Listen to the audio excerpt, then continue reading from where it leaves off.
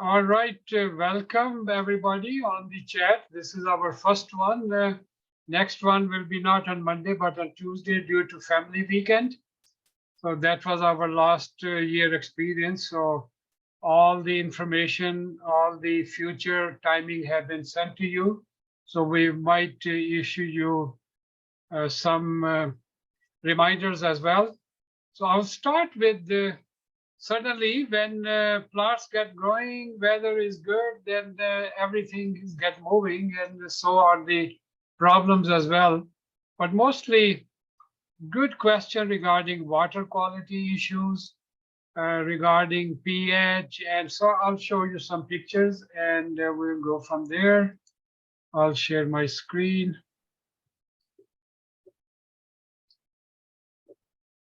Okay, you are able to see everybody? Yes. Okay, let me just move that. All right, so first, Michael and Decide, I'll give you actual emails. They're always good thread there. Good day, dear Dr. Mirza. Please find and close my water samples for starting bedding plants. I'm a bit concerned with my sodium being higher than last year. It was at 6 milligram per liter last year. Do I need to be concerned with this being at 24 milligram per liter?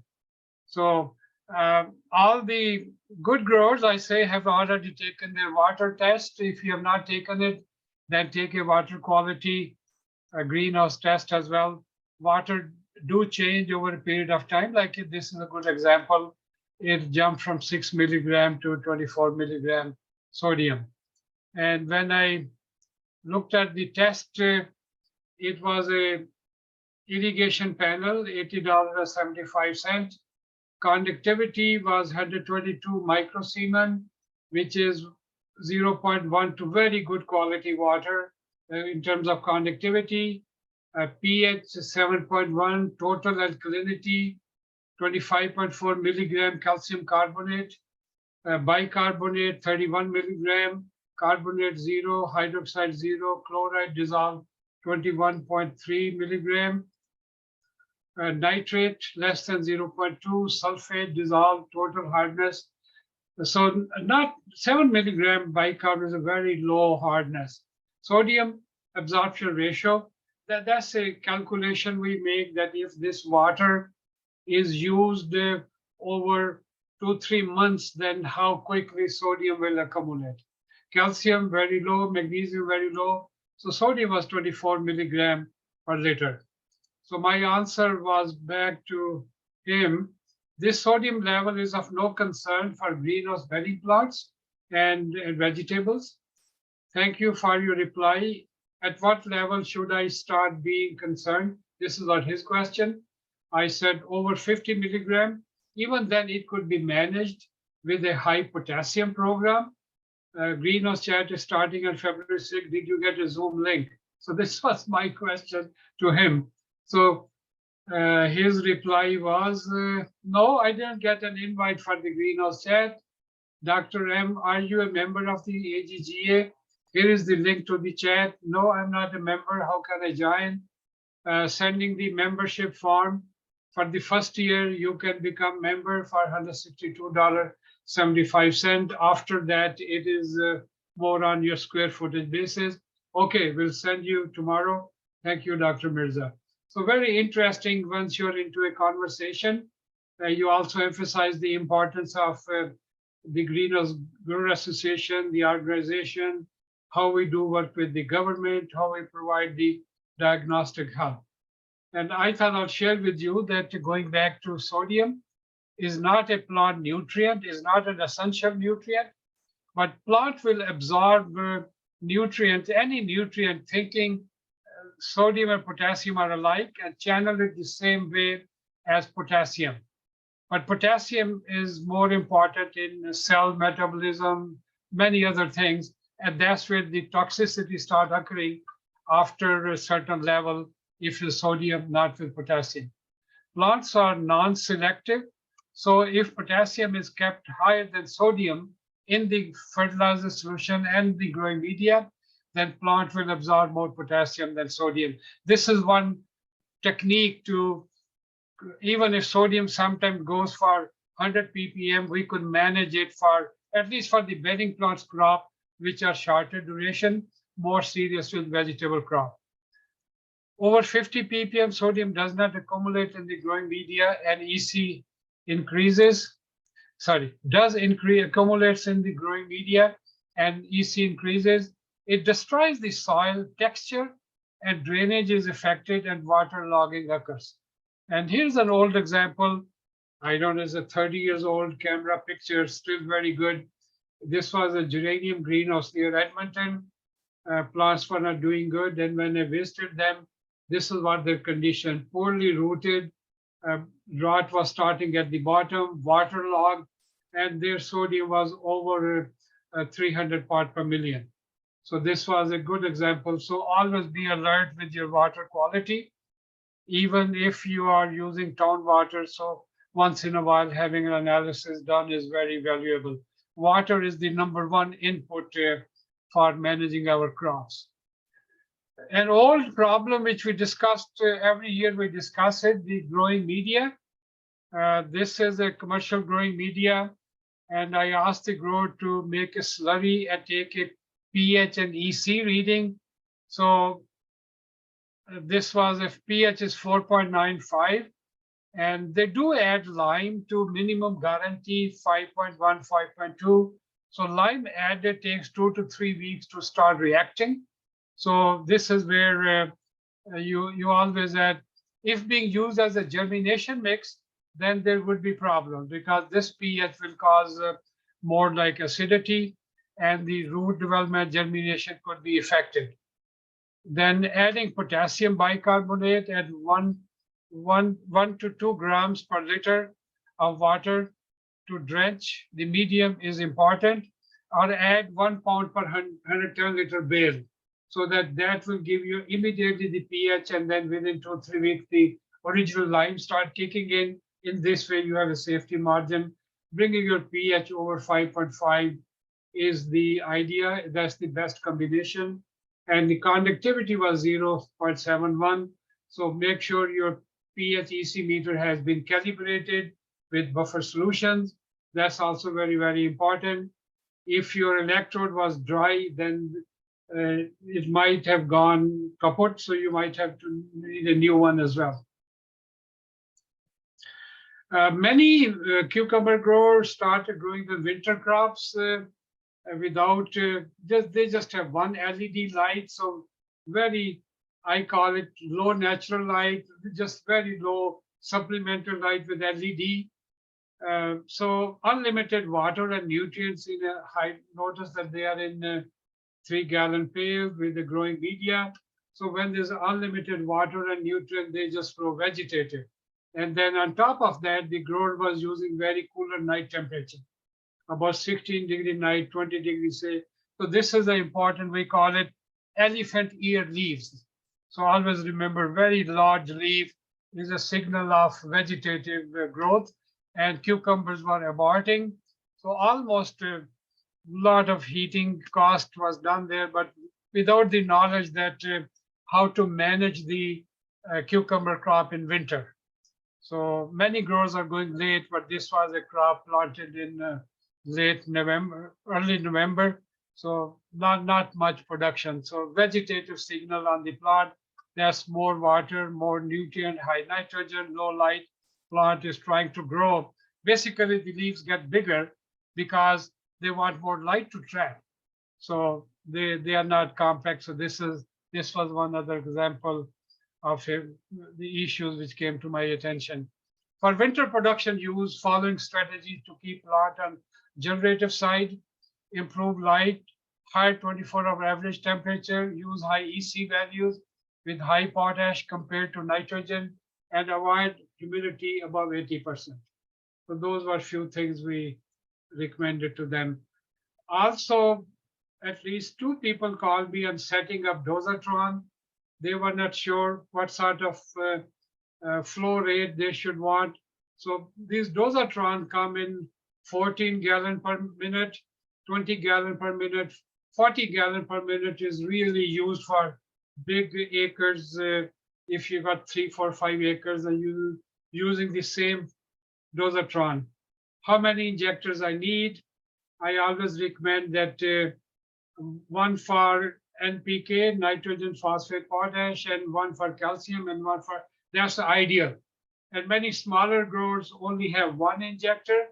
So I know their cost has gone up. They're almost $700 now for 14 GPM. So if you have one injector, we could play with that. First with NPK, trace element, then next with calcium. Then pH could be adjusted in the tank. So several options could be developed if you have one injector, but ideal is that we have minimum 2 and preferably 3. Why calcium nitrate has to be kept separate in a stock tank? This question always keep on coming. So everything could be mixed together once they are in a proper diluted form. But if you're using the injector, then tank 1 or tank A will be calcium nitrate, tank B will be your nitrogen, phosphate, potash, and your trace element, and then the calcium mixed in as a stock solution concentrate will precipitate calcium and sulfate and phosphorus. Cannabis growers, I'm active with them. They started sending sample. This was a very good crop, and suddenly notice with that arrow is that simply is a phosphorus deficiency right there. And if cannabis is other plant like other plant, this scorching is more related to drying out of the pods. So typically starting the edge burn and then between the ribs start burning. Viruses are coming around. This was a tobacco mosaic virus and cannabis plant. And again, the major reason has been the smokers basically handling the plants, although they take the precaution, but I have seen that they go out for the coffee break, come back, and so they get infected and they spread pretty quickly. What to watch for? Last year picture, it was very cold in January, February when the plants came in. They were held in trucks and storage for longer before delivery. You may recall with the pandemic, everything was topsy-turvy. Leaf curl and twisting is more common due to ethylene accumulation in the boxes. So though that is my summary, what problem has come to my attention. So being alert that get your water analyzed, and any difficulty, let me know. We'll interpret it for you. If you need any help with the fertilizer program, then let's work on that as well. Thank you, Michael. Actually, Mirza, we have a question about the fertilizer program. Yeah. Vanessa is asking, if you're using 3 injectors, what parts per million should calcium be if added to the NPK to not make it precipitate? Yeah, we have to keep them separate if it's a stock tank. If you're going to, there's no way. So if the injector ratio is 1 to 100 or 1%, you could change on dosatron. So then we know your stock solution will be 100 times concentrate. Ultimate ppm will be based on how much nitrogen we withdraw from them. But Vanessa, it needs more help in designing. We could do that for you. But basically, our calcium should be in the range of 120 to 175 based on cucumber, tomatoes, peppers. Bedding plant more close to 150 ppm in the final solution. And calcium provide nitrogen as well. So we have to decide where does our nitrogen come from. And always remember that when we are using Michael's fertilizer, then we do recommend calcium to be used in the beginning under low light condition to give more nitrogen and more calcium to begin with. Yeah, if I may add, Vanessa, if you're using 3 injectors, then you don't have to worry about mixing the calcium nitrate with the NPK fertilizer, because you'd be doing that in separate barrels. One injector would be hanging in the NPK, one would be hanging in the calcium, and one would be hanging in your pH control. So, and as the injector shoots these little bits of fertilizer into the line, then because it's in the diluted form, then it doesn't settle out anymore. Good Okay, point. so I won't get a precipitate in the line by using the 3 injectors. That's Yes, correct. no, That's correct. you Because won't there's, get that. yeah, that's there's correct. 99 parts of water and 1 part of fertilizer, you know, like if it's at Yep. 1 to 100. Yep. And therefore the fertilizer, even though it's concentrated in the barrel, does not precipitate out, because as soon as it hits those 99 parts of water, parts of water, and then the 1 part of fertilizer, then it cannot precipitate out anymore. Yeah, yeah. Okay, thank you. You bet. And Mirza makes a good point. Nature Source is an organic based fertilizer, and it's 10-4-3 that we use, and a lot of our customers use as a single fertilizer solution for the crop start to finish. And as Mirza mentioned, you'd want to add some calcium nitrate, because Nature Source has a fair amount of the nitrate. The nitrogen is fairly high in the ammonium nitrate form, and adding calcium nitrate for 2 reasons. The one is calcium nitrate has mostly a different form of nitrate. It's a nitrate nitrogen.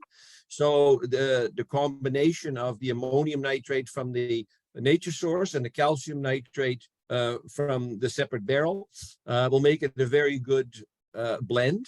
And then in addition, because it's calcium nitrate under low light conditions without extra lights, the calcium will help the stem strength, and just like, you know, we would take calcium for, you know, in our own diet, it benefits the plants. And then you use that mixture till about the 1st or the 10th, till the 5th and the 10th of April, kind of depending on the weather. And then you can drop the calcium nitrate and just go straight to the Nature Source. And the Nature Source, whether you're adding calcium or not, it should be at 250 parts per million. And then the calcium nitrate we add at 75 grams per 100 liters. So that is another 100 parts per million of calcium nitrate. And so that's a very good blend.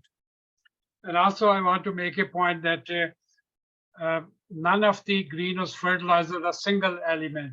Calcium is calcium nitrate. It has 18% calcium and 15.5% nitrogen.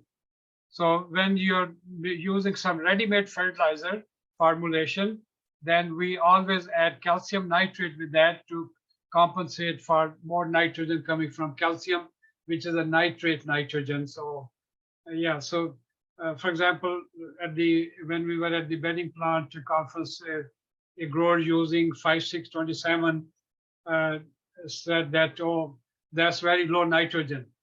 So some fertilizers are designed for low nitrogen NPK to give them higher potash, and then extra nitrogen comes from calcium nitrate. So this is a combination together to have a proper nitrogen to potash ratios. Those are very important ratios, especially for tuberous plants and for flowering plants where less nitrogen, more potash is needed for flowering, for fruiting. And when you're growing in your greenhouse, you grow, I mean, hundreds of baskets of tomatoes and cucumbers and peppers, then higher potash feed is very, very beneficial for them. It gives them the toughness. They could handle stress better as well. So, Mirza, can you elaborate a bit on what to do to mitigate a water that does have more than 50 parts per million of sodium? I mean, you talked about the that it destroys the soil structure, which I agree with. But how long does that take? And if you have close to 100 parts per million of sodium, is there any way? To still work with that crop? You know, what technique would you use to still have a bedding plant crop with over 50 parts per million and Yeah, less? good point. Yeah, over 50 to 100. What I have found my experience, it is good for a month if you're constantly watering them. So design your fertilizer program with potassium at least 200, 250 parts per million. So in this way, you could minimize, and then you have to leach a little bit more so that keeping the conductivity not coming from sodium from the growing media. And so if it's 100 ppm and above, you're good for about a month. But after that, you will notice a lot of edge burning will occur and your EC will start jumping. But that's where you simply, the formula is if it's over 100 ppm, then every watering with the fertilizer solution, you should leach 10 to 20% every time. So then you're able to have a 3 months crop, and always keep potassium higher than sodium. So that is the recipe for that. Okay. I answered the question about calcium after April 5th. Was there other question in the chat? Or? No, that's it. But Mirza, I may be wrong, but I thought that there was also a dosatron that emits 5 gallons per minute, like the really small ones. That with the I thought that 14 gallons per minute is quite high for most growers, because if you're watering with a hose and any kind of breaker, you're probably putting on 2 to 3 gallons a minute, and so 14 gallons a minute would make that injector go really slow. And if somebody knows in the group if there's also a dosatron that goes at 5 gallons per minute, then that would be more useful if you're using 1 to 2 hoses.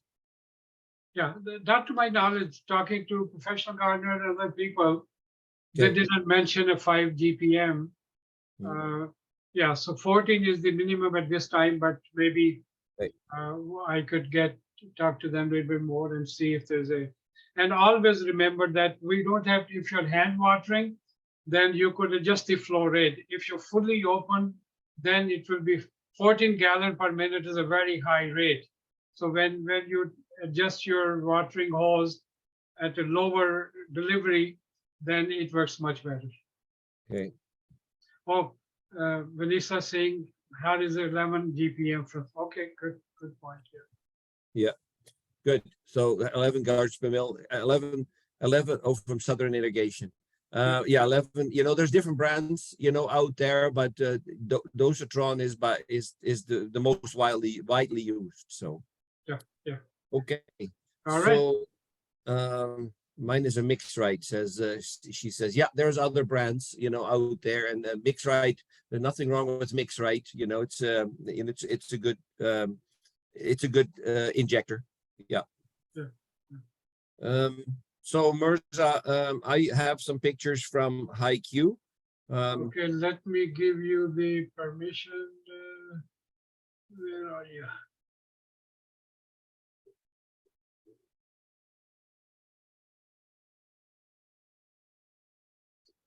Okay, host. Okay, Michael, I'm giving you host so you could share screen. Okay, share screen. All right. Good. Can you see this? Yeah. Okay. I took some pictures this afternoon. Can you see this? The one? Yeah. Okay. So I took this afternoon. We are consolidating as much as we can. There's 2 other facilities connected to HiQ, and they were also operating for the winter to overwinter a few things. And in the fall, they decided to shut those down completely and bring the extra plants over to HiQ. And so one of them was some Boston ferns that they had. So they came to us about that size that they are there that you see in the picture. And we cut them into 4 pieces, replanted them into 12-inch baskets, and just hanging there. Look at how big they got. So they're hanging there. They're providing some shade. It's Michael, can you click on the picture bigger? You're just showing your thumbnails. Okay, wait. Yeah, you are not on a PowerPoint, so you have to. Okay, is this bigger? Yeah, no, that's just your thumbnail. So click on that. Yeah. Double click and see what happens. Okay, no, I made it bigger. So are they just thumbnails? Oh. Yeah, they're still thumbnail. Yeah, click it. Wait. Is that better? No. No. I think, do you have 2 screens? Michael? I do, yes, I do. I have Yeah, to you drag- might have to drag. I feel like it's opening on your other screen, so you might have to drag it over to the one that's on your There we go. screen share. Okay, there you go. Yeah, I see it. Okay. Is that better? No, then the screen, what the screen we are seeing is your, I drug it over to the other screen. Right now, yeah, we see your right now we see your files opened you? up. So if you can close that and put the other one on top, or just stop screen share and try again, and then click on the screen that's showing the picture. Okay, I will. just stop share and then, yeah. Okay, why don't I do it this way? See if this will work. Is that better? No, it's still the same No? screen. Okay, just a second. I will stop sharing. Okay, now share. Share again. I will. Okay, so now let's see here what happens if I do this. Is that better? Now back to the same screen, yeah. So you can just see the thumbnails at the bottom, not the big picture. No, no, just the thumb. You're just sharing your folder. So either open these pictures.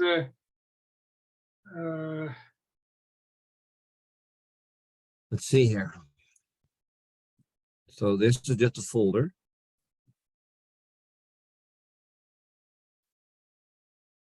Still not? No, no. Just gonna unplug the other screen.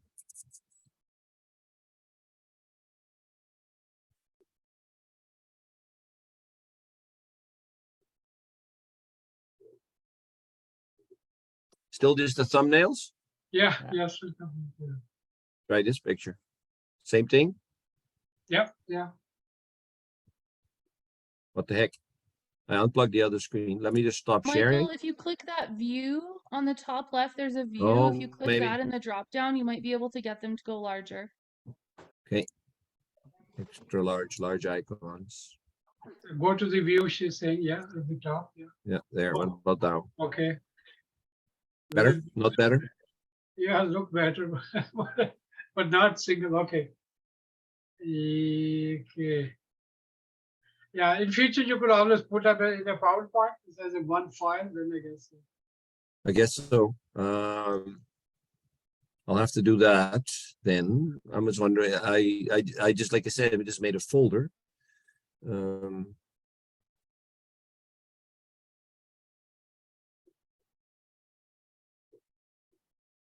Okay, view, extra large icons.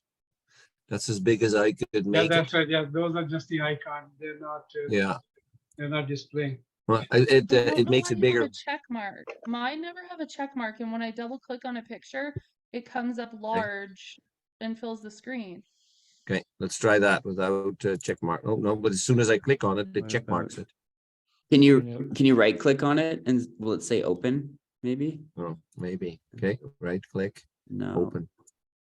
Oh, there you go. That better?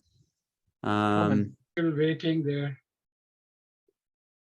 Still all the icons at the bottom, or just the screen?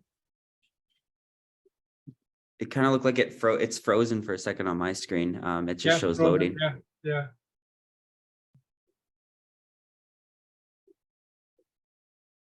With photos. Let's try that. Oh. That better? No, it's not moving anywhere. I think you have to click open. Yeah, when you right click, there is an open button there at the top.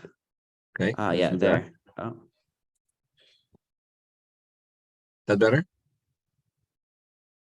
No, it's not coming up. I'm sorry. I don't know what's going No, it's on. okay. It's No, so I don't know what's weird. going on either. Okay, so Yeah, go ahead, Michael, but we could still see things, I guess, especially Can we? your grapefruit. what if I make it bigger? Like, oops.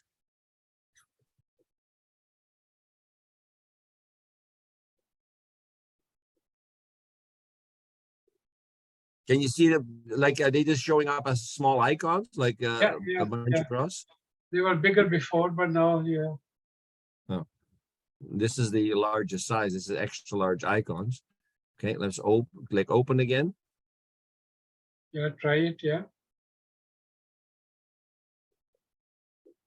No, No. Is it opening something on your screen, Michael? Like, are you seeing the big photo or? I do, Oh, yeah. I do. Okay, can you yeah. try just going minimize on the tab above there to move this screen out of our view?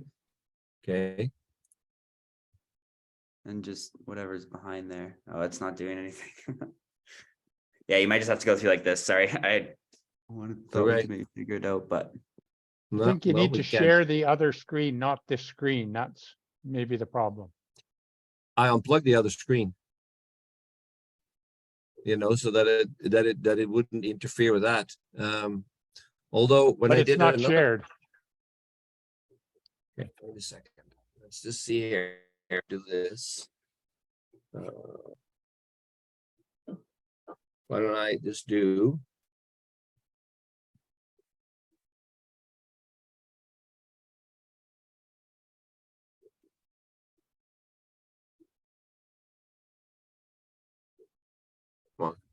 Well, this is failing miserably.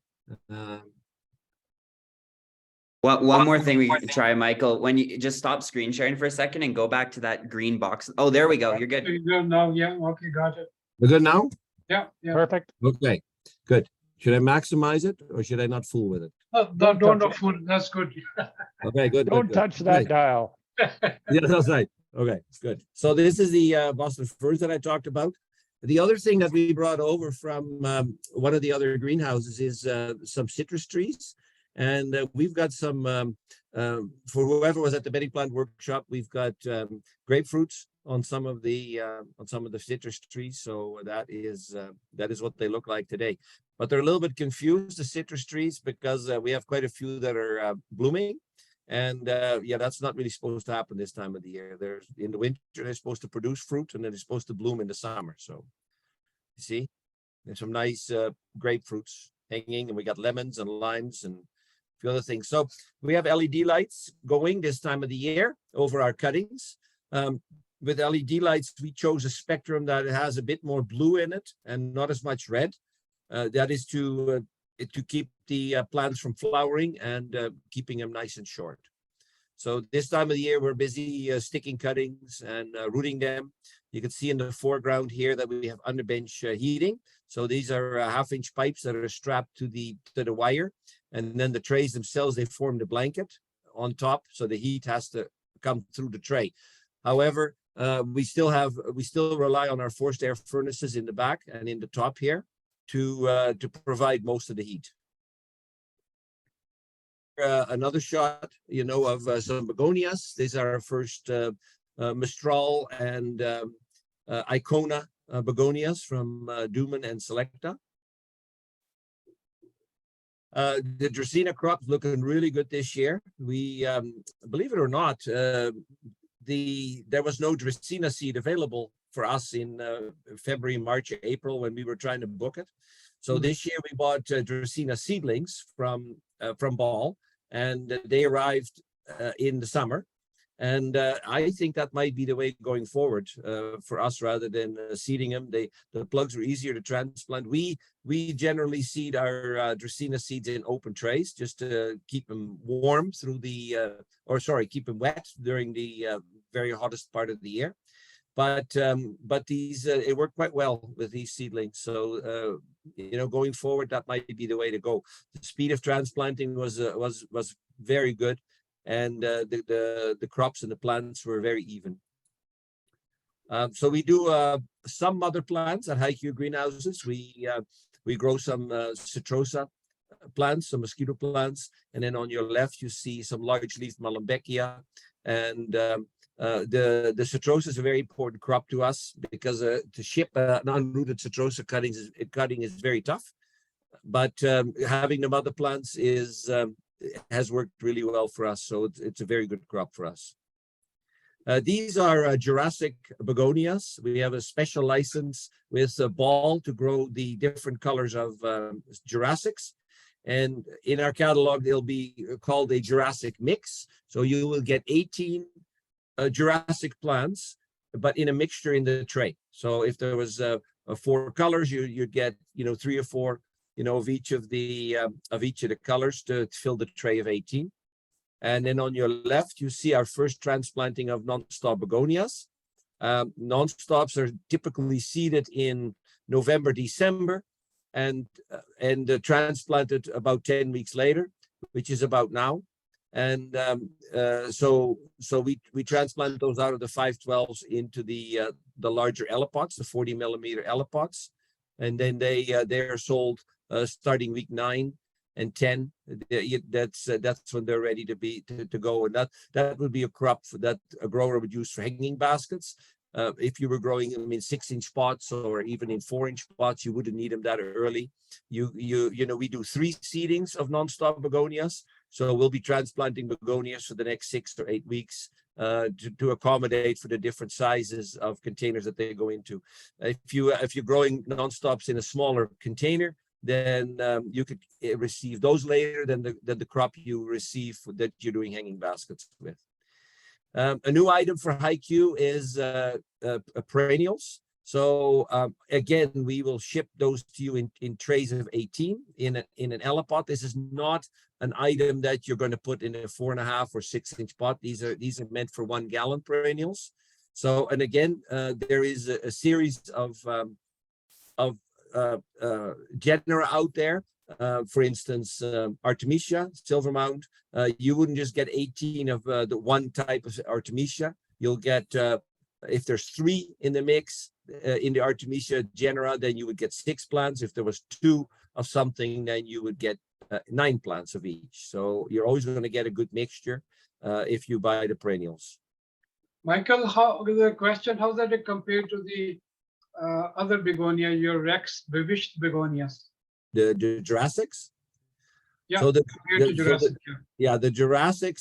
Jurassics are a Rex type of begonia, but generally a Rex type begonia, you know, doesn't have this beautiful dark color or this variety of dark colors. And the Jurassics also make much larger leaves than most other begonia types, you know, the other Rex types. But right. It is a Rex because it has, if you see here where my mouse is, it has a pointed leaf. So that indicates usually that it's a Rex type begonia. So is a Bewitched series, is that just a smaller begonia or is that larger than the Jurassic series? Bewitched would be a little bit smaller, but Jurassic comes in more colors. If that answers your question. It does, thanks. Yeah. These are our cordyline Dracaena. As you can see, this is another section of that same greenhouse that you just saw just a minute ago. And these are our cordylines. Cordyline Dracaena are typically grown from tissue culture. We buy them they arrive at our place in September as about 2 or 3 inch plant. And we transplant those into P18s. It's an item that grows much slower, so they need a head start. So that's why we grow them in P18s. They're even at shipping time, they're not as big as a green Dracaena. The green Dracaena are typically much bigger, much taller. But so when your consumer sees these cordyline Dracaenas, these red sensations, then they're probably 2 years old from the time that they were grown in the lab. And then you see some more perennials over here, you know, that we have to transplant yet. Here's our first crop of citrosas that are in the 50 cells. So they were taken off the mother plants, rooted, and then after they rooted, they came in this greenhouse here. We overwinter for 1 or 2 customers. We overwinter some of their prized possessions. So these are cordylines, the red sensation, that are probably 5 to 10 years old. And I joke with the customer because I say we have them longer than you do. We have them for 8 months, and they have them only for 4. So you know, but it works reasonably well for us, where we have a small section of the bench space dedicated to these very large Dracaenas. And we don't expect them to grow much over the winter. They put on a few leaves, but they do a bunch more growing after they go out into the landscape at the customers. This is the other rooting greenhouse. It also has LED lights. They just weren't on when I took the picture. So you can just see a cross section, I'm standing in the middle of the bench, in the aisle, taking the picture towards the back. So you can see our yellow cards for fungus gnats and short fly control, which is probably our number one enemy because there's wet, humid, hot conditions in where fungus gnats and short flies thrive. And this week we'll be receiving our first shipment of bios, so our beneficials, and they will be dispersed on Friday or Saturday, depending on when they arrive. And they help the yellow cards because we will use beneficials that battle short fly and fungus gnats in addition to the yellow cards, and then we also use other ones that cucumeras, that battle thrips. But I like the yellow cards because they do their job 24 hours a day, and whatever flies into it can no longer increase in volume. So, but the yellow cards alone are good, but you'd need something else, either a chemical or a biological to battle the rest of them, because early March, when it gets really warm, these short flies and fungus gnats just come out of nowhere.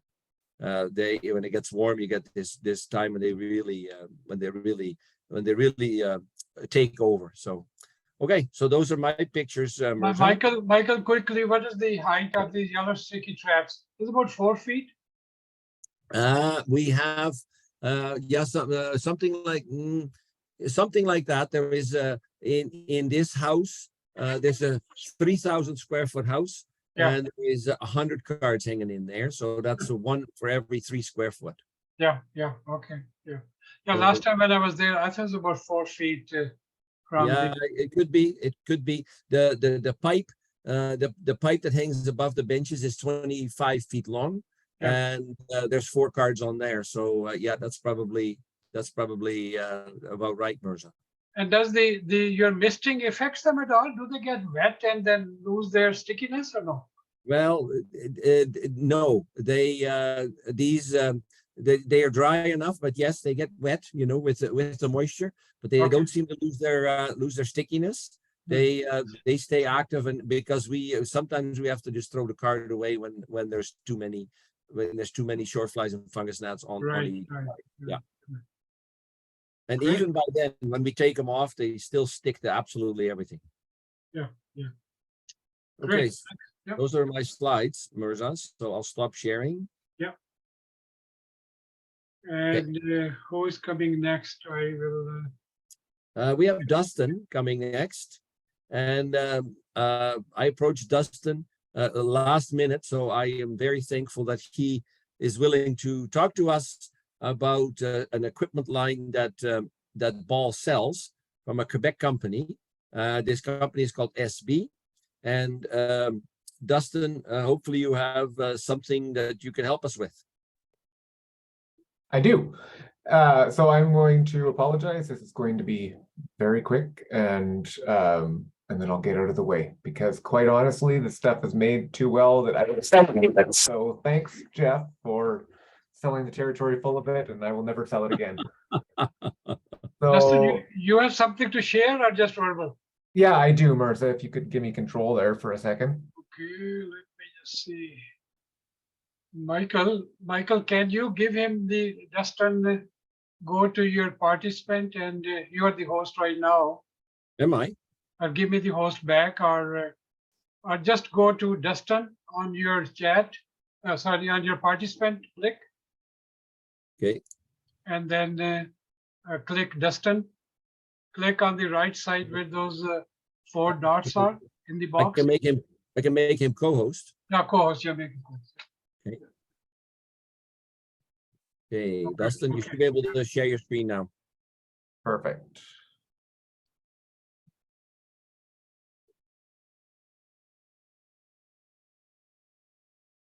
All right. There we go. Thank you. There we go. All right, I'm just going to drag everybody over here to the right side.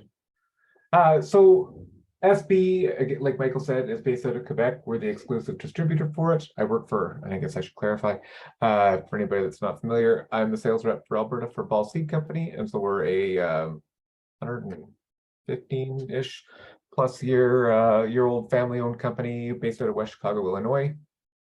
We our bread and butter is seeds and young plants for floriculture, but we do have a lineup of hard goods, and that includes SB. We broker John Henry tags.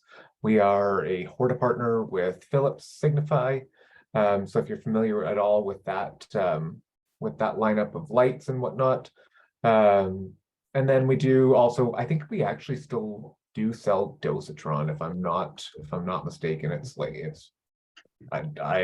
We don't even really talk about it, but we do. And then I think we actually still have a line of pH pens or something like that. Back in the day, Ball actually we used to sell greenhouses. We used to sell pots. We used to sell everything. It was quite remarkable. So there are still some.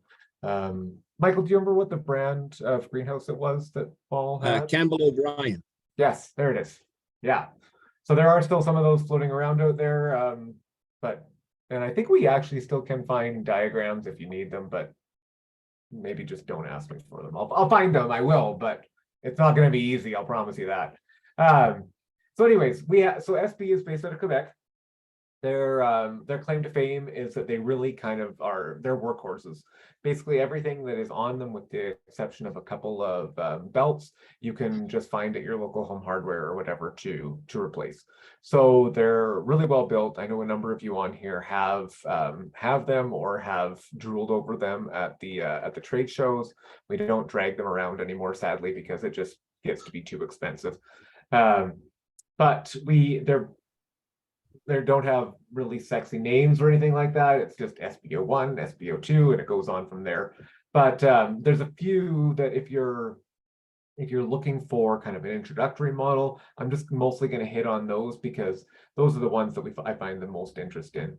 So the SBO1 here is not per se the introductory model, but it is a good one. It's your flat filler, bale breaker, and mixer.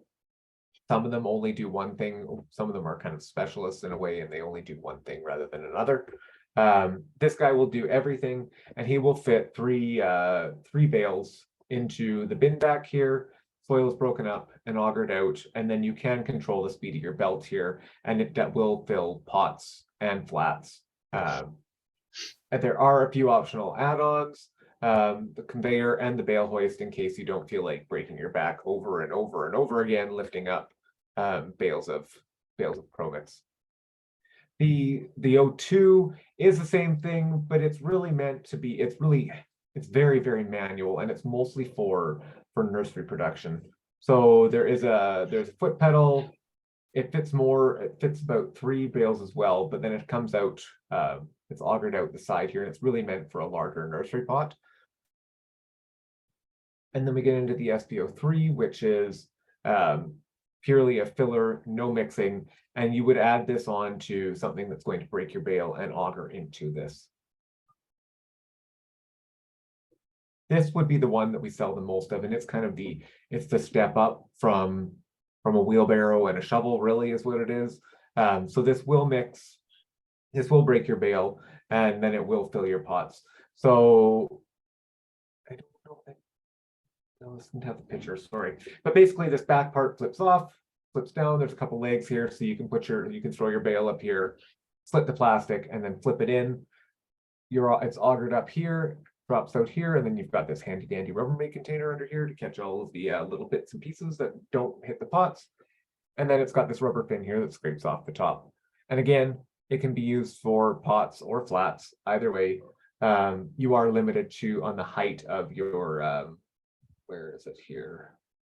I believe I think it's about 12 inches, if I'm not mistaken, for the height. You do have a pedal. And again, really, this is kind of your entry model. The SBO6 is basically your next step up. But again, this is not so much it's a mixer in the sense that it's going to break up your bale, but it's not going to, if you want to incorporate a lot of stuff into it. So if you're making your own mix, this is not the one for you. So basically, if you're adding more than water, this is not your guy. It also will take 2 compressed bales. It's augered up, fills, very similar. And these guys are all big thing on these is portability. It's plug and play, comes in, you plug it in and you go. Again, there's a couple things here. So it comes with hard wheels, and then you can upgrade to pneumatic wheels. You can add on the conveyor belt, and you can also add on the bale hoist again for the sake of your back. The SB08 is your big bale breaker, and that's for your super bales. So for scraping, you would use this, and then you would put this into the SB06, well, into the 6, or really any of them, or the 3, I suppose. If you're using the bale breaker or the large one, you're going to be in the 3. And then I think this was originally the precursor, if I'm not mistaken, to the 5, and there's still some demand for it, but as you can see, it comes out the bottom here. Not like this. I apologize. We don't actually have a presentation, so this was very thrown together. I am sorry, Michael. You're doing fine. But basically, it comes out the side here, and it's like a little trap door that you're just sliding open and closed. It's very manual, but it is an option if you're so inclined. And then the last item that we really talk about is the conveyor belts, and these are they're different in the fact that they all just stack together, and then you can just roll them out as one unit, and then they just all you can slide stuff down all the way. So 2 people can, this is the selling point here. 2 people can move and reassemble 100 feet of conveyor in under 3 minutes, which is really quite remarkable, that you can actually bang that out in that quick a time. So that is basically what I have. If you got questions, throw them at me. Alternatively, I can put my email in the chat too. Please do. Please do, Dustin. I have one question. So this conveyor rolls out to 100 feet, but if you needed less, you would just roll out part of them, but it would still work, or do you just take sections, as many as you need? Why do you gotta have hard questions? Let me find out. I've honestly never inquired about the conveyor, so let me find out. Yeah, it would be cool if you could just kind of use it, even if, all the sections are partly stretched out, Right. or if, it would be harder, because also, it looks like it has one motor drive. So, you would need a motor drive. Yeah. Okay. I'm thinking you can roll it out, but I wouldn't mind knowing. And then the other one, Dustin, that I think the last one that you showed, is more like a bale. Yeah, this one. So you kind of put the bale on that flat piece, and then you just slide it in. Yes. Yeah. Okay. And then it has a kind of a tumbling mechanism inside, right? Correct. Yes. Yeah. And do most of them, or if not all, come with an attachment for water? Yes, I believe they all do. I know the 05 and the 06 both do. The 01 will as well. Standard? Does it come with it standard, or do you have to buy that extra? No, it's standard. Because I'm quite adamant about adding water immediately to when you're mixing soil. When you are mixing soil out of the bag, it's the companies like to try to get it as dry as possible to you, because it's less weight on the truck, and the bales are less heavy, so you can manhandle them easier. Absolutely. But the drier fiber will break the fiber of the peat moss quite quickly. So I think it's very important that when you're mixing soil in a wheelbarrow, or you're using one of these SB machines, that you add water immediately when you start putting your bale in, because you want to make sure that fiber is as moist as possible, pliable, so that you keep the benefits of the good quality peat that we're using.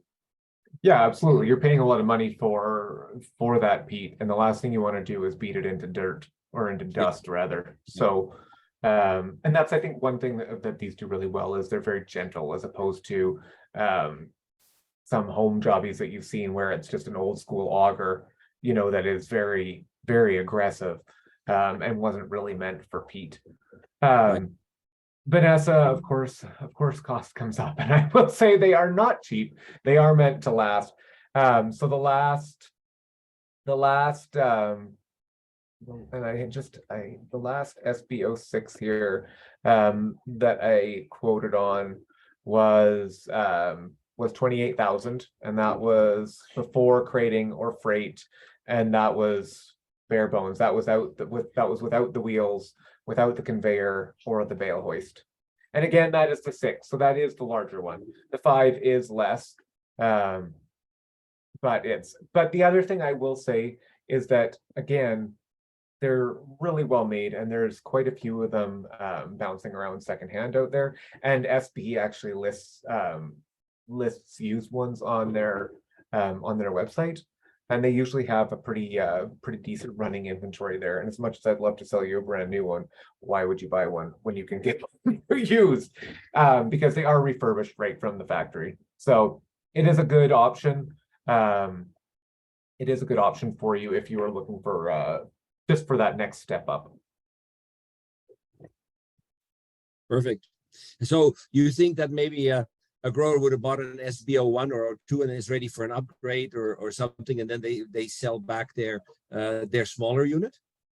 Yeah, I've had some customers that have an SB05 or an SB06, and they're looking to kind of what the next step is. When you have the 6, there's not a great next step. So I did have one customer that actually bought another SB06, and then just ran them side by side, because it was just easier than because once we go from the 6, then we're moving up to 2 separate machines. Really is what we're moving into. So it's like, and 2 separate machines to do basically the same thing. You're not gaining a whole lot there. So this was kind of the compromise. Okay. Mhm. Yeah. And No, yes, Beth, I can absolutely say. I would have to agree with Dustin. I over the years I've seen this company, and the president of the company would make many times a trip to Alberta or Saskatchewan to promote the machines, and he really stands behind this product. Like it's a well-made machine. If you buy one, you've got it for a long time. Yes, absolutely. Yeah, they do not break or burn out easily. No, they're a very well-made machine. So, and in the past, what we would do to entice SB for displaying something, either at the ball booth or at their own booth, is if somebody is thinking about buying one, then usually they'll help you with the freight, because they would like to come out and show it if they know the thing is sold, that they don't have to ship it back to Quebec. So if one got sold, that's usually how we ended up with one at the show. Yes, exactly. And that was the reason that we stopped shunting them around, really, was because everybody had them. It just decreased how many we were selling. That being said, there's typically around cultivate time, because they still do take a machine down to cultivate, but there is usually some sort of a show deal for July. So if you are thinking of it, that's the time to kind of look into it, I guess, or talk to me about it. And surely I'll just find that website here and I'll pull it up for you, and I'll throw it in the chat there. Dustin, is there a website available? Yes, I'm just going to throw that in the chat here. Okay, good, perfect. While you're doing that, somebody had a question about what was it, about rice hulls. When I visited Bluegrass, they use rice hulls as a top dressing, to combat short flies and fungus gnats. Yes, that is something, to stop short flies and fungus gnats from coming out. Maybe you choke them out. Another thing that works really well is diatomaceous earth. Something that does that. Mirza, would you see any disadvantage about using rice hulls as a top dress? No, not really. It provides good silicon level as well, slowly to the plant. It does help with the algae control because the surface is more draining with the rice there. Yeah. So yeah, if you have access to rice hulls, it would definitely work. Yeah, I don't see any commercial places in Alberta. Yeah, good question. Well, I don't know where bluegrass gets their ice hulls from, but Yeah, yeah. so somebody asked how high above the crop are the yellow cards? 1 foot. Yes, the bottom of the yellow card is about a foot above the crop. And if you talk to Dr. Ken Fry, he will have he has a beautiful presentation on what the ideal angle is of the yellow cards. You know, like where especially gnats, when they fly up out of the crop, you know, that they would hit the card right away.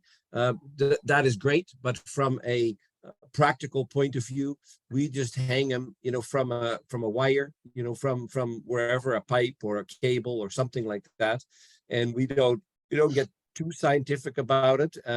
What we do like is that in our greenhouses and even in yours, when you are growing in the winter, you generally will have a very tight, controlled atmosphere. Like you're trapping all the heat, you're trapping all the moisture, nothing escapes, you're not ventilating much that time of the year. So you know, so fungus gnats and sureflies thrive in that climate, but we also use a fair amount of fans to move the air within the building. And when I see the empty drip tubes waving, and when I see the yellow cards moving, that will indicate to me that we're moving enough air, you know, in the crop, and that would prevent, you know, a lot of issues as far as botrytis or and even sureflies and fungus gnats from you know, from developing too fast. And you know, with the cards moving, you know, it's more of an attraction to the surefly and the fungus because they are attracted to yellow. And so if the card is moving a little bit, they may go like, "Whoa, look at that," you know, and they might fly more to it because the card is twisting a bit and moving back and forth. So I want to believe that helps. Thanks for the website, Dustin. Can everybody see that? Yeah, I did put the website up here, and I apologize. Not refurbished by the factory. Sometimes they are, not always. Sometimes they are.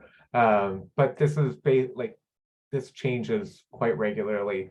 Here's an SBO. Here's the smaller one, the SBO 9, and that's $3,000 used.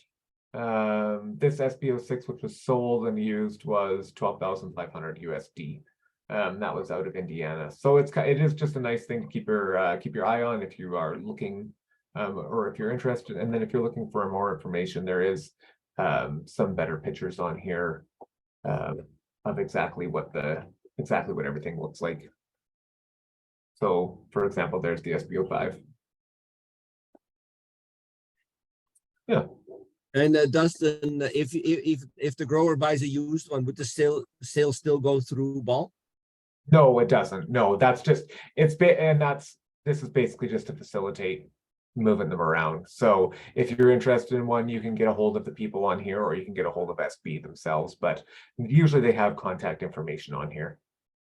But they're quite good about saying that, you know, Ball is their distributor, you know. So when I phoned and talked to Brigitte, you know, she was very good to say like, hey, you know, we distribute them through Ball. So they're not trying to go behind your back too much, Dustin. No, they're and Brigitte is wonderful. So if you have questions, she's always happy to answer them, and probably far more eloquently than I can, even in her second language. So yeah. So again, my email's in the chat here, as is the website. Beth, I will totally get you some more information. But if you have any questions, just feel free to reach out on anything. In regards to Dracaena, because Michael brought it up, so we might as well just poke that bear. We were told this morning that there was a crop failure in the Dracaena seed for 2024 season.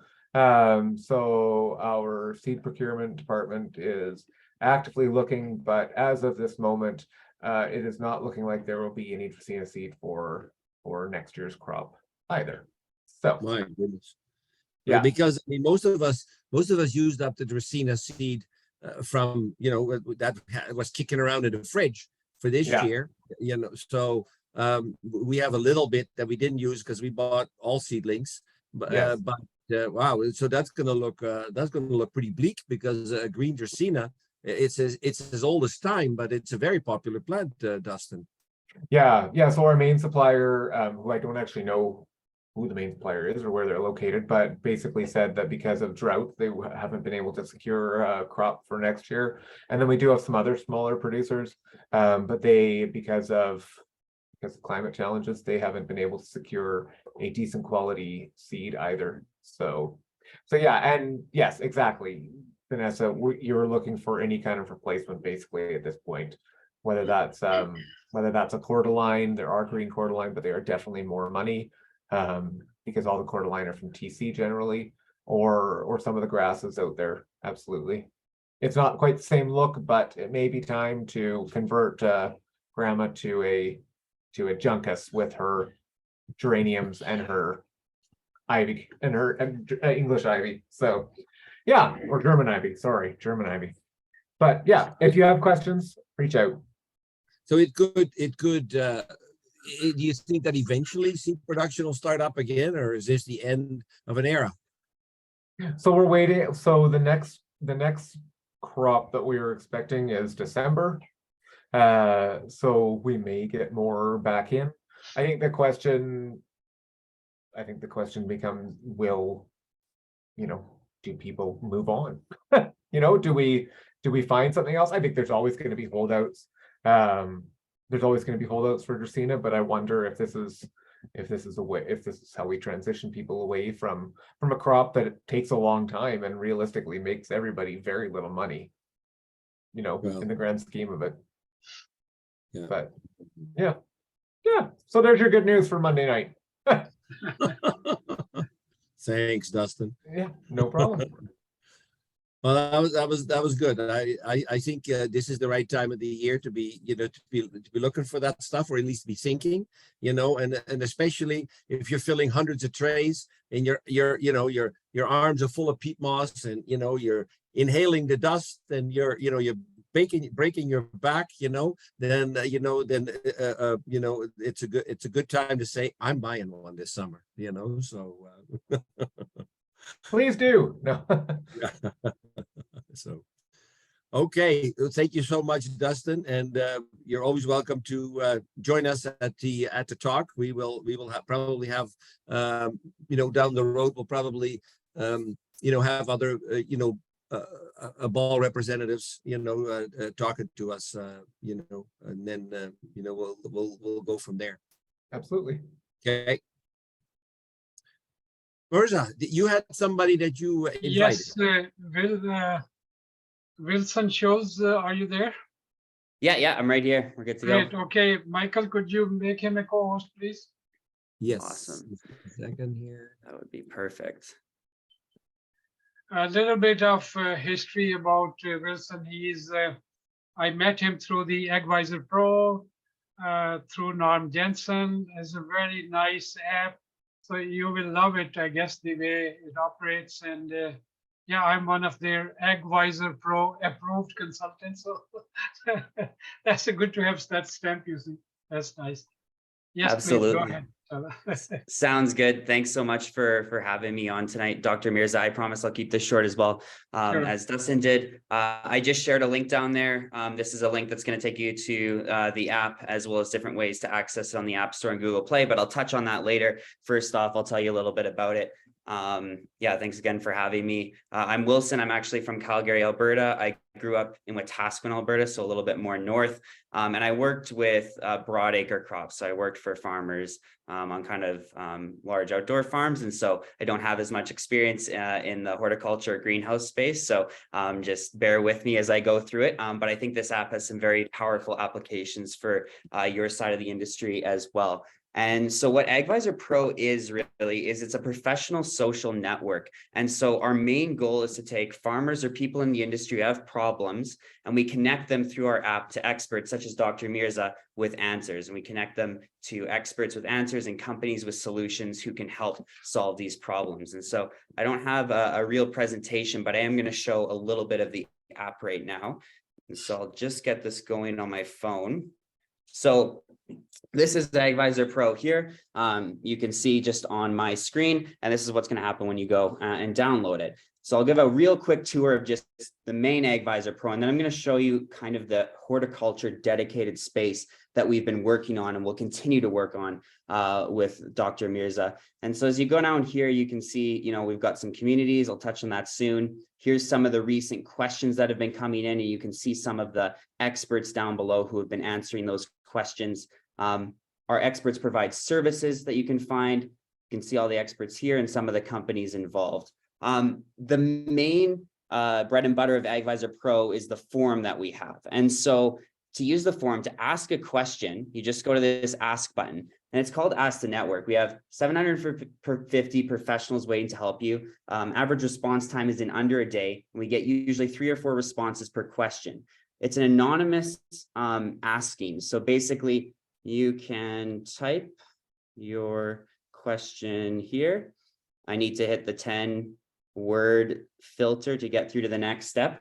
Now I can select some categories. So again, primarily in the broad acre crop space, you've got some of these categories. So let's say my question applied to those. I continue on. I could add photos and finally a location and send that question off.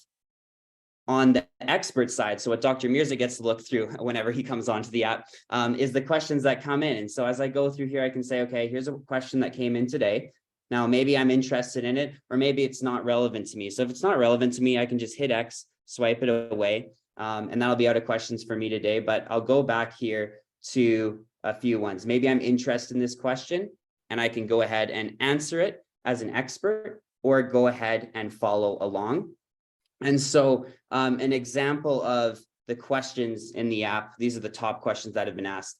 This one came in. You can see all the different responses. So Dr. Mirza would be one of the experts in these responses, typically, if it was a horticulture related question.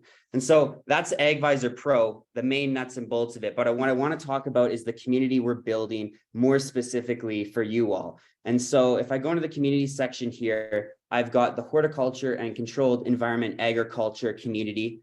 It's brand new. So Dr. Mirza hasn't even seen this. But the point about communities, it allows niche topics to be discussed in agriculture with different groups of people. And so your group would be a perfect example. Dr. Mirza is talking about lots of questions being asked tonight. It's a perfect use case for AgVisor Pro. So you can actually ask anonymous questions here. I put in an example. I asked this question today, and probably not a great example, but given my, oh, cool, you already got answers to it. But given my limited scope, I just pulled this question off of Google and asked what kind of insect this is and how to control it. And so that's kind of a perfect example of what can go on in the community. There's also a posting section where contributors can post content. So Dr. Mirza is going to post content in here to keep everyone up to date on the things that are going on. If you read the about, you can see myself and Norm. Feel free to reach out to me if you have any questions, and Norm as well. But the cool thing about AgVisor Pro is you might ask a question and meet somebody you haven't talked to, or somebody you do. You can go check out their profile. So Dr. Mirza has a pretty awesome profile on here. You can see his bio, his professional designations. You can see some of the services he provides to greenhouse growers, and then all the questions that he's answered on AgVisor Pro. So we're really building this network to help connect producers to these consultants and get them the best information possible. It's free to ask questions. If you want to go into a deeper discussion with the experts, that's when they might charge you for a consultation or stuff like that if it goes to a one-on-one. But that's the kind of nuts and bolts of the app. And so in order to get to the horticulture group, we just want to get everyone on and come and try it out. This is a brand new feature we have. So it's very new. Dr. Mirza is here and he'll be participating in this as well. So if you go to my Zoom chat and hit that link, if you open that link on your phone, it'll take you right to the app and into that community. But you can also just find us on the App Store or text the number and it'll send you a link to your phone. And that's kind of how you get involved. So I'll probably just stop there just in case there's any questions. I don't want to go on too long, but we're very excited to be bringing more people from the horticulture and greenhouse space into AgVisor Pro. And it would just be amazing if you all wanted to come test it out and see how it works. So that's all I've got.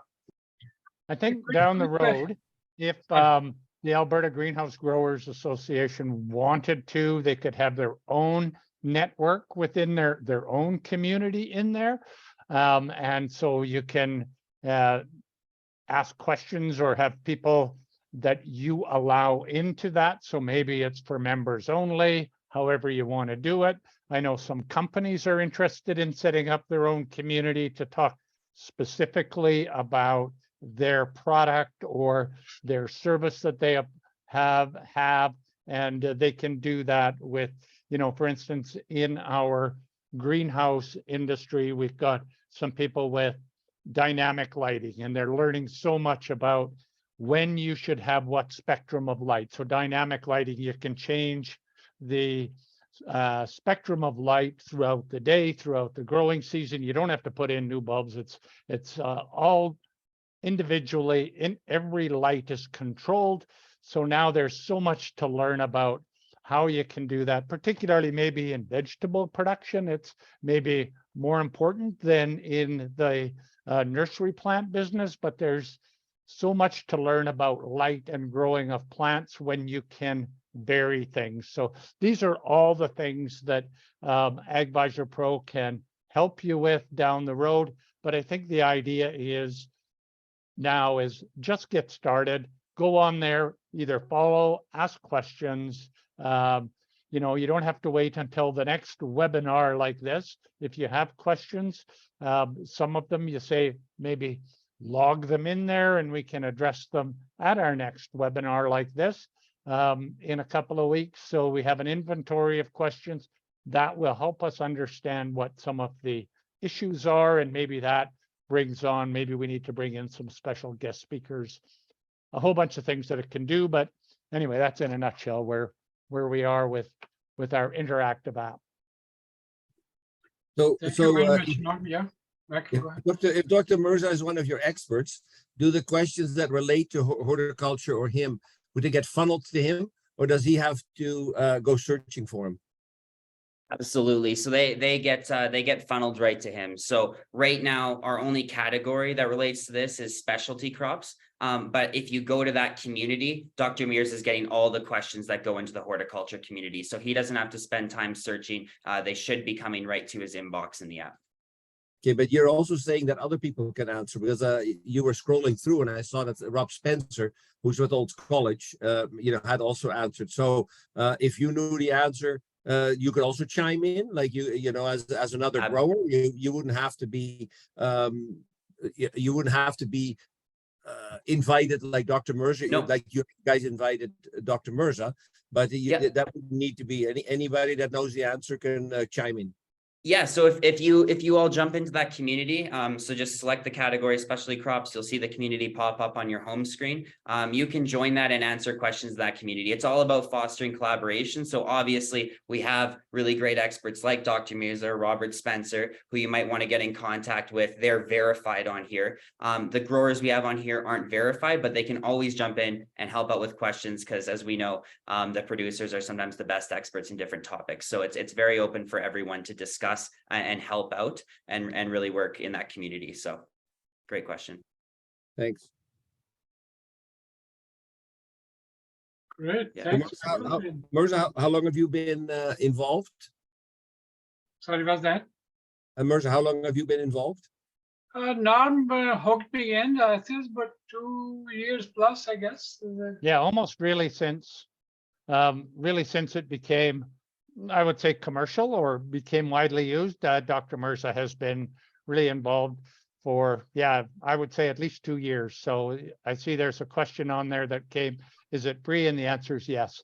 Unless you wanted to have a specific consultation, you had a specific major problem where it wasn't just a simple answer, but you required a consultation, you can set up an appointment right through the app with Dr. Mirza. Even money can flow directly through the app to Dr. Mirza. So Norm, I wanted to jump off that as well, because we're actually right now there, you will probably, if you go in, if you're a producer or a grower, you're going to see that there's a subscription call to action. Just join the free trial. And if you join the free trial, I've taken a note of everyone who's here. We're not going to charge you to get into the horticulture group. That's primarily targeted to our broad acre producers who we've been working on with this for a long time. Dr. Mirza always bugs me because there's not enough horticulture in here. And so that's the reason we're building this community. And that's why it's free right now. We want you to all come in and try it out. So just hit that free trial and you will not be charged. I just want to make that clear because we are trying that with our other subset of growers right now. So yeah, just wanted to clear that up. And maybe Dr. Mirza, we could put a short blurb in one of the newsletters and we can figure out how we can sort out the applicants from the association so we can allow them to come in under the same. Yeah, I guess subscription. mostly the non-association member will come, I guess. Association member are already pretty working with me, but Yeah. you're right. I think this will appeal very much to non-members. Yeah. Yeah. good point. Yeah, and I think, yeah, it's an easy place for people to ask questions. You can check, they don't need to call. It's all done kind of through the app. Right. Yeah. Great. Thank you, Norm and Wilson. Appreciate that. Yeah, thanks so much for having us, Dr. Mirza. Well, actually, through the link, I don't know if anybody else tried, but through the link that Wilson posted, you even on your screen, it'll say it'll upload to your phone, the app, and I'm already in it. So, Oh, perfect. yeah. It is quick once you get it downloaded. It's pretty user friendly. So if we just join the horticulture CEA, that's the one we're not charged, or we won't have to pay a subscription. If we join any other ones, then we would have to pay. yeah, so basically what it's going to do is the subscription will let you in a free trial. And then at the end, it's going to ask you one more time and you just say not now. So you just skip and you'll have the whole app for free right now, just because you're part of this group. So it won't ask you either times. You can use the entire app for free. I'm just going to say, though, we don't have a ton of horticulture people in the main app. That's why we're building that specific community. That's a great question.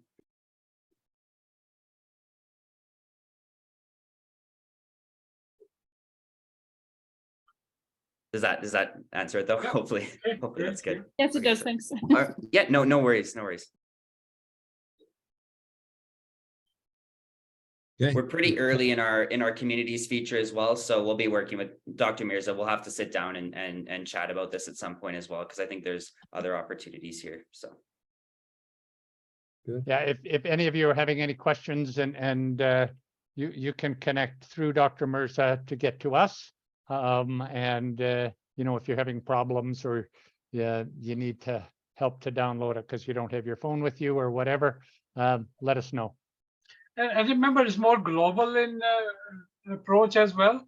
So this is just a presentation to us, but I noticed that many times when the questions are posted, they are from US as well and many other locations as well. Yeah, absolutely. yeah, we're across North America right now. Yeah. We don't go much further than that, but you'll see questions from the States as well. Yeah. Great, thank you. I appreciate that. No, thanks so much. Okay, Michael, should we go back to our people and start bugging them a little bit? What are they doing? What's happening? Yeah, well, let's see if there's any questions out there from our participants. Shirley, Any you start questions? first. What's going on in the greenhouses? Hi, everyone. I'm super happy that this forum is going again this season.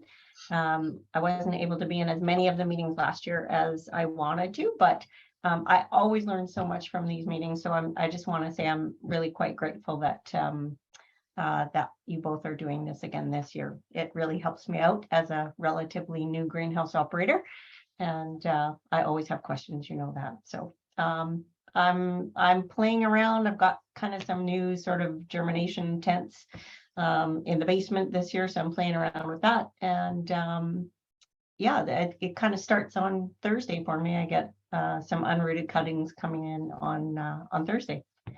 So are you going to try some coffee beans as well? I don't know. I haven't actually reached out to that gentleman yet, but yeah, I don't know. I don't know. I'll have to get one of Dustin's bale breaker things and throw it in. Mirza, we were talking about the rice hulls. Could they be used, you know, as a soil additive, like instead of say perlite or vermiculite? In my studies, I did it simply because it's not our product. We use sawdust more and peat moss more. I remember when working at CDC North, I brought few bags and tested them. At that time, the cost was pretty high. They work like perlite, you know, and have quite a bit of silicon. They don't degrade that fast. So they definitely has some benefit, especially of improving the air porosity of a growing media and contributing some silicon to the growing media as well. Yeah, but because it's not readily available in Alberta, I know some company do ship it overseas, but always a headache and challenge to get from other sources. Dr. Mirza, do you have a minute to answer more about the calcium questions? Sure, please. You're saying that we are looking for 150 parts per million for bedding plants? Yes, that's correct. If we're using calcium nitrate, how many grams per liter is that?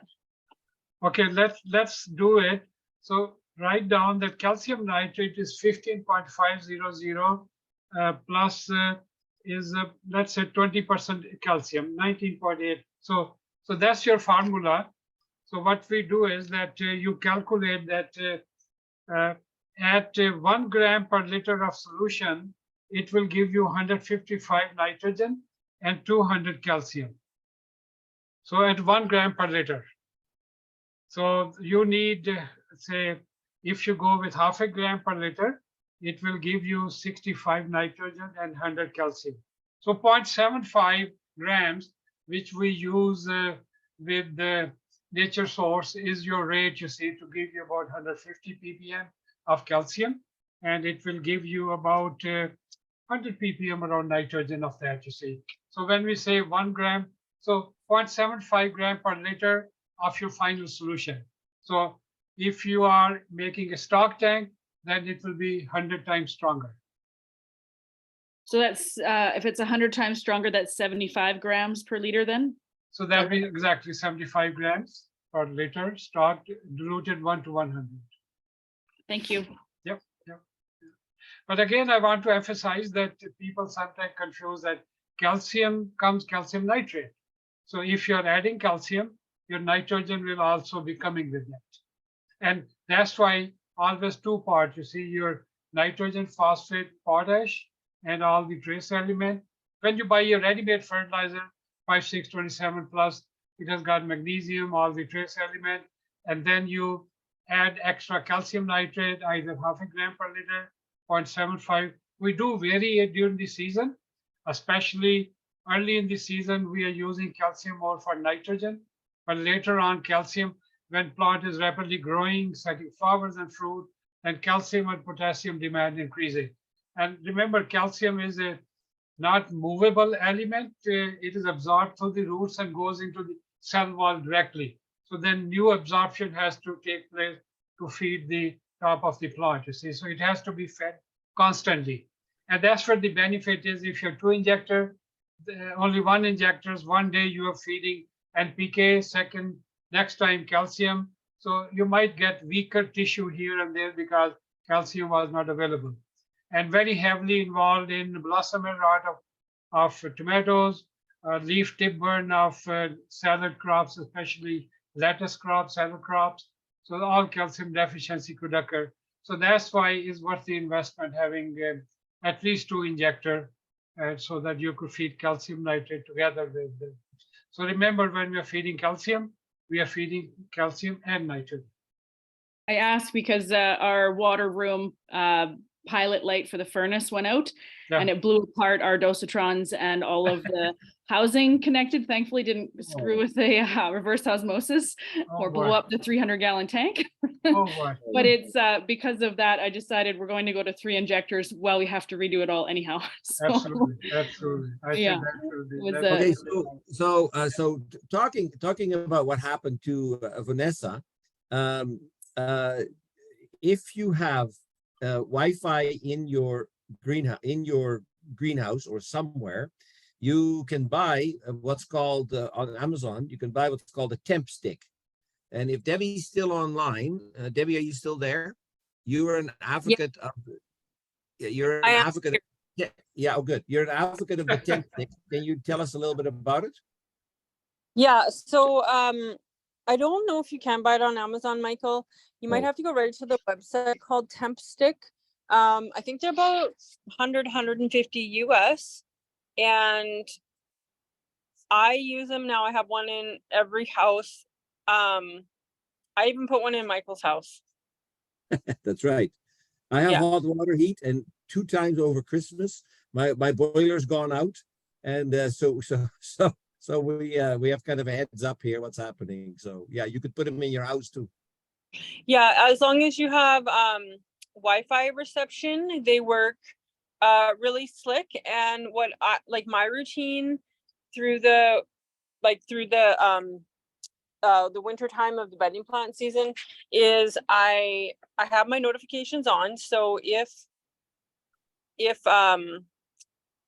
you can set the range, the high and the low. So if it dips below or above the range, it will notify me. But I also have on my security system, I get a notification if my Wi-Fi goes out. So I don't have like a backup for power pack for my Wi-Fi, but I heard that's pretty easy to do. But I do get a notification if my Wi-Fi goes out from my security. So there's a couple of ways to have that set up just for peace of mind. And then I do set an alarm for 2 a.m. and I check the app, because you can check the app anywhere from your phone. But if you don't have good Wi-Fi, I was talking to another grower who uses a product called Marcel, and it runs off of cell towers. So it's the same kind of system, but not using Wi-Fi. It runs off cell towers, so he wouldn't lose connection if the Wi-Fi or power goes out. Yeah. So now for Marcel, for the temp stick, and I see Beth use Accurite, which is a similar product. For those, when you use Wi-Fi, there's no monthly fee, but for Marcel, there is a monthly fee. Right. Marcel, I think he said was $65 a month, but he grows through the winter. So he said $65, like that's nothing compared to losing a house. I mean, it's nothing compared to losing a greenhouse, right? But yeah, there was a higher fee attached to that. Plus you had to buy the temperature things as well, but they weren't that expensive. But yeah, if anyone's lost a greenhouse due to freezing or even a dosatron, it pays for it. So it's definitely worth it. Yeah. And if you had a landline in your greenhouse, like I don't know if anybody still knows what a landline is, but it's one of these things that plugs into the wall, and you get these things off the wall and you put it against your ear, and it's attached with a wire. If you have a landline in your building, then a product called Sensaphone is ideal. We have an Argus controller, but it is hooked up to a landline and a Sensaphone. So any kind of alarm we get, it has a battery backup right into it.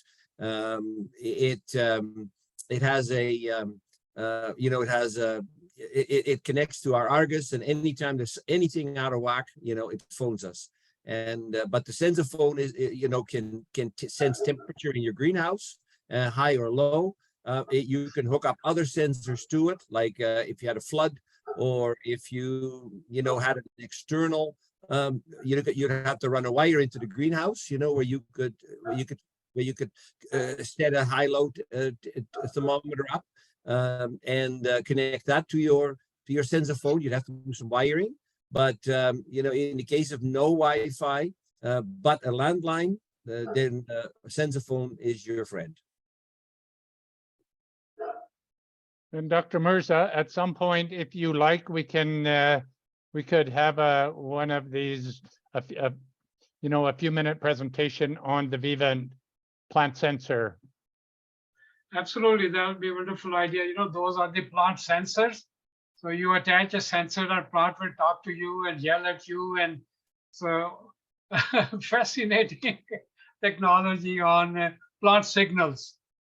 You know, it's amazing technology that how future will lie in sensor on those plants. They will give you pretty good real-time picture. So yes, I guess we will look at that later. I'll just give a little bit of a teaser. We put 2 electrodes in a plant. We monitor electrical signals that move up and down in a plant. And we have those signals are related to various stresses that a plant is experiencing. So we can do things like climate, nutrient deficiencies way before you see it on a plant, insects, Diseases, yeah.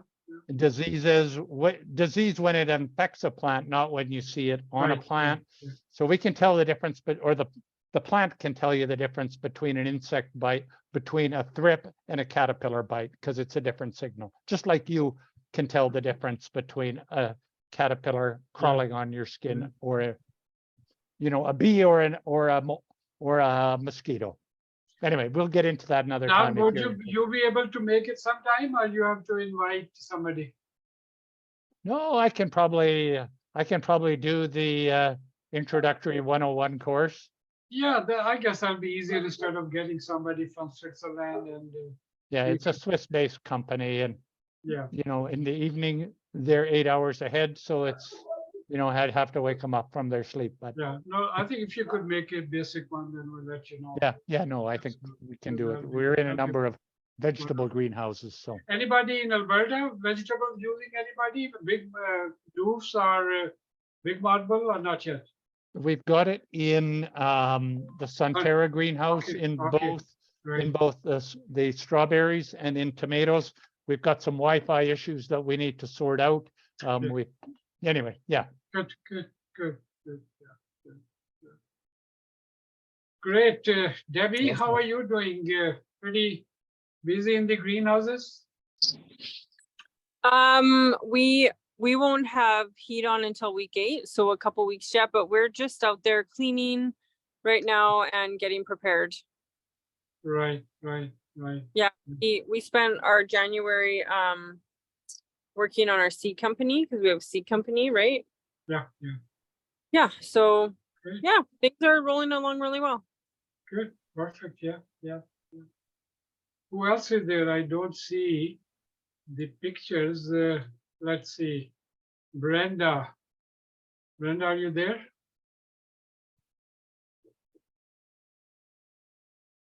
Allison Gardner. Allison, are you there? Yes, I am. Okay, how are you doing? I'm good. I'm just doing all the desk work stuff that I hate doing at this time of the year, but I don't start seeding until I usually do my first tomatoes on the 28th of February. So getting geared up. Okay, perfect. And Beth, how are you doing? Oh, I think who was there? Yeah, Beth just unmuted. Oh, no, that was Roy. Right. That's me, Roy. We haven't quite started in the greenhouses yet, but we've been organizing our tags and getting ready for seeding coming up here pretty quick. End of the month, I think, is when we're going to start opening up the greenhouses. Yeah, great, yeah. Levi, how are you doing in Saskatchewan? Levi, are you there? Yes, I am. Just so excited to get this greenhouse chat running and listening. And yes, we're just starting seeding onions and just trying something new this year. We're starting my own wave petunias. Good. Just experimenting and Yeah. all excited. And you know Michael is a good source of plugs, right? You must have met him, is it? Yes, I've met Michael at this a couple shows already. Okay, perfect. Yeah. Let's see, Loretta, how are you doing? We saw you at the workshop and you look pretty good. So what's going on in the greenhouses? I'm just barely starting also. I have a few trays planted. I just set up in my greenhouse shed work area with heat mats and grow lights. I won't start my greenhouse till the end of February. Just a few things started so far. Right. Great. And Stephanie, love your sweet potatoes. We are making fries out of them, and you tell them we are. Yeah, Stephanie brought some nice sweet potatoes at the workshop, and so Stephanie, are you still there? Yes.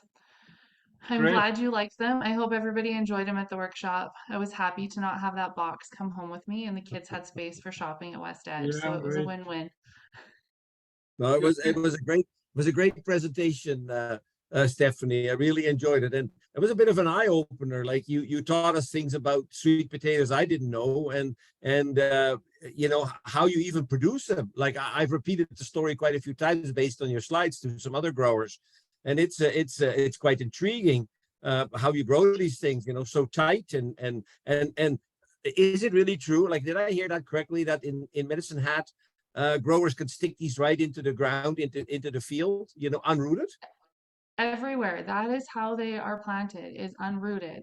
So you just plant 2 nodes into the ground at least, and they grow. Our robot planter plants about 4 nodes form down this way. So down in North Carolina, Jones Family Farm, they propagate a lot of slips, but they actually built a slip planter that plants like, I think it's like 10 nodes in the ground like this, and it only leaves about that out top, and they plant about 18-inch slips. Wow. But down there they have a longer season, and I don't know if we'd get away with that here under that black mulch. It's pretty hard to plant them like that out in the field here. But between black mulch and where you are in Medicine Hat with more heat than say in Edmonton, you can grow a crop of sweet potatoes in Alberta. Yep. And I would say I know people who planted in Edmonton this past year just in their garden, and they got 1 to 2 pound yield off of each slip.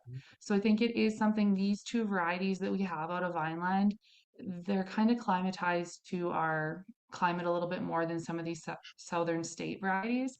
So that has been an advantage to us. I haven't seen huge yields north of Edmonton, but up to Edmonton, we've seen some nice yields come out from home gardeners.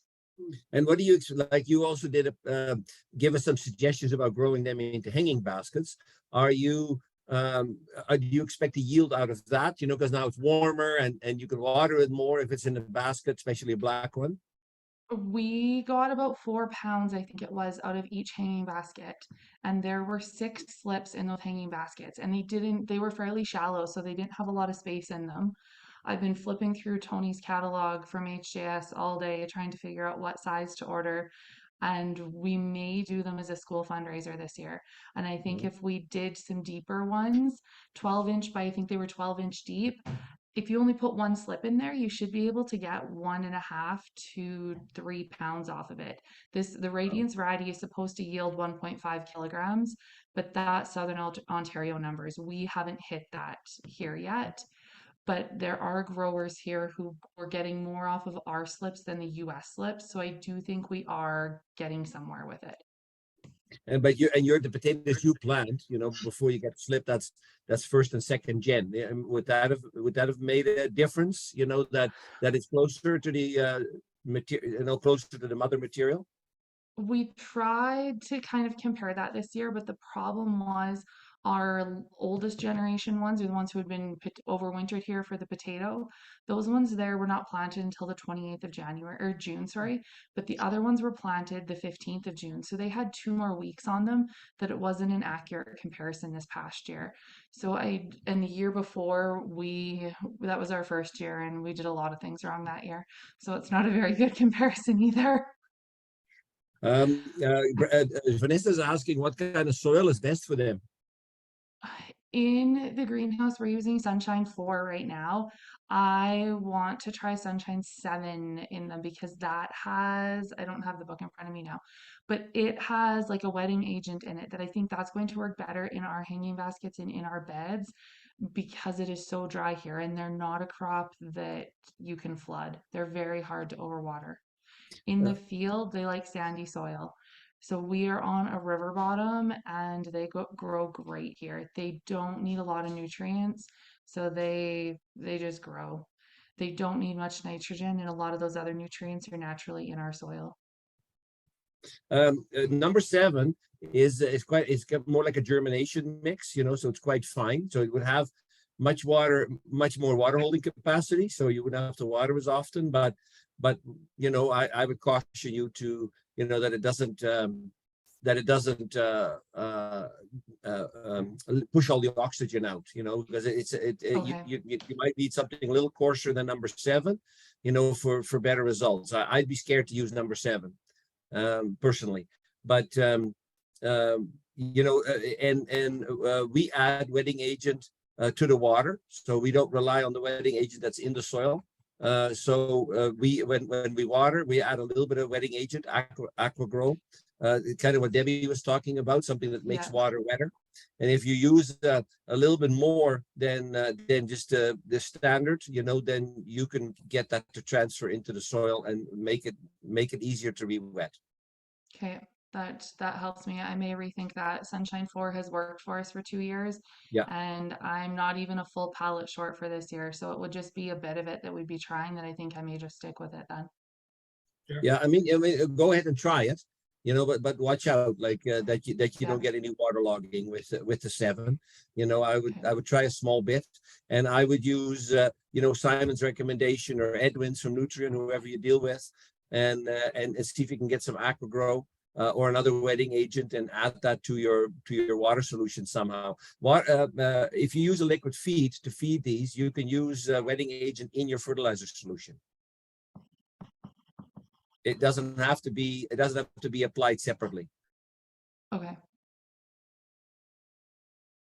Okay, Michael, we are reaching 8:50 almost. So man, damn, time went so fast. Anybody left on there? I see Wilena, Wilena.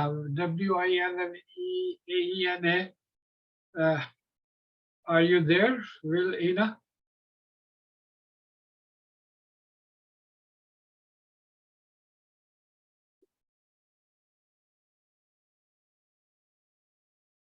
He's probably on mute, I guess. Yeah. Okay, Michael. I got something. I'm gonna need to type Simon. Simon's Simon Lowen's contact. Yeah. You have it? Yeah, I do. Is it like this? Well, I'll just do Simon. 403. I'd love to hear from A. Savage. Sam, how are you doing? How was your first Dr. year? Mirza. How was your? I know I did talk to you in end of June, and you were pretty happy. Everything was sold out. Is that correct? Yes, I did really well for my first year. I can't thank you guys enough for all your help. It's wonderful to have this kind of group of people that you can ask all these questions to. It's just amazing. Absolutely, yeah. I mean, I'm so excited for this year, but I'm also, again, terrified. No fears, please. But yes, everything's going well. Thank you. Good. And this will be recorded and put in the YouTube channel.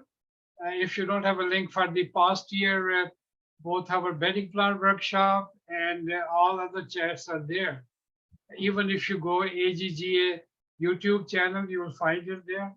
So I checked, it is working. So we'll post all these one as well right on our YouTube channel. And one more thing, Mirza, what we forgot in the beginning is, you know, we we as growers, try to give advice to others, but we are in no means promoting one company over the other or endorsing certain products. We try to give the best advice that we can, but still as a consenting adult, please use your own evaluation system and product knowledge to make your own best decisions. Yeah. Okay. All right. If there's no question, then have a good sleep. Enjoy your. So we'll meet you on February 25th. Michael, who is? Are you invited for 21st? I have invited Paul Lofgren, and he's with a company called Horticraft. And Horticraft is a tag company, plastic tag company that you can buy tags from directly, but they also sell some other promotional products. Okay. And in the last couple of years, tags have become quite an issue, and Dustin will go on record to say that tag is the new four-letter word. But they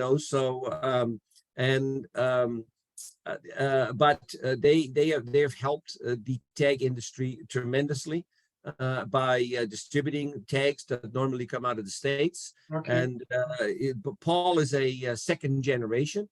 His dad started the company, and he's a young and energetic man. And we'd love to hear from him in 2 weeks. And if there's any interest in the biocontrol presentation, I have a newcomer Grow Live. I met him at the Greenhouse conference.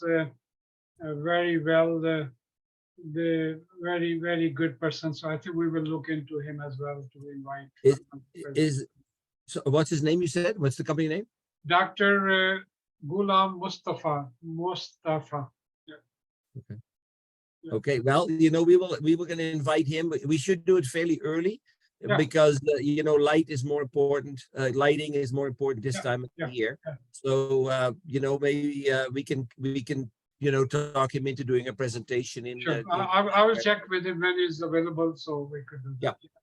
Yeah. So, and we can even have two speakers in one night. Absolutely. Yeah. So like we did tonight. Okay. Okay. Take care, everybody. Thank you. And thanks, Norm, for the presentation. It was very enlightening. Very good. Great. I'm glad you enjoyed it. Take care, everybody. Thank you. Have a great night. Bye. Good night. Thank you.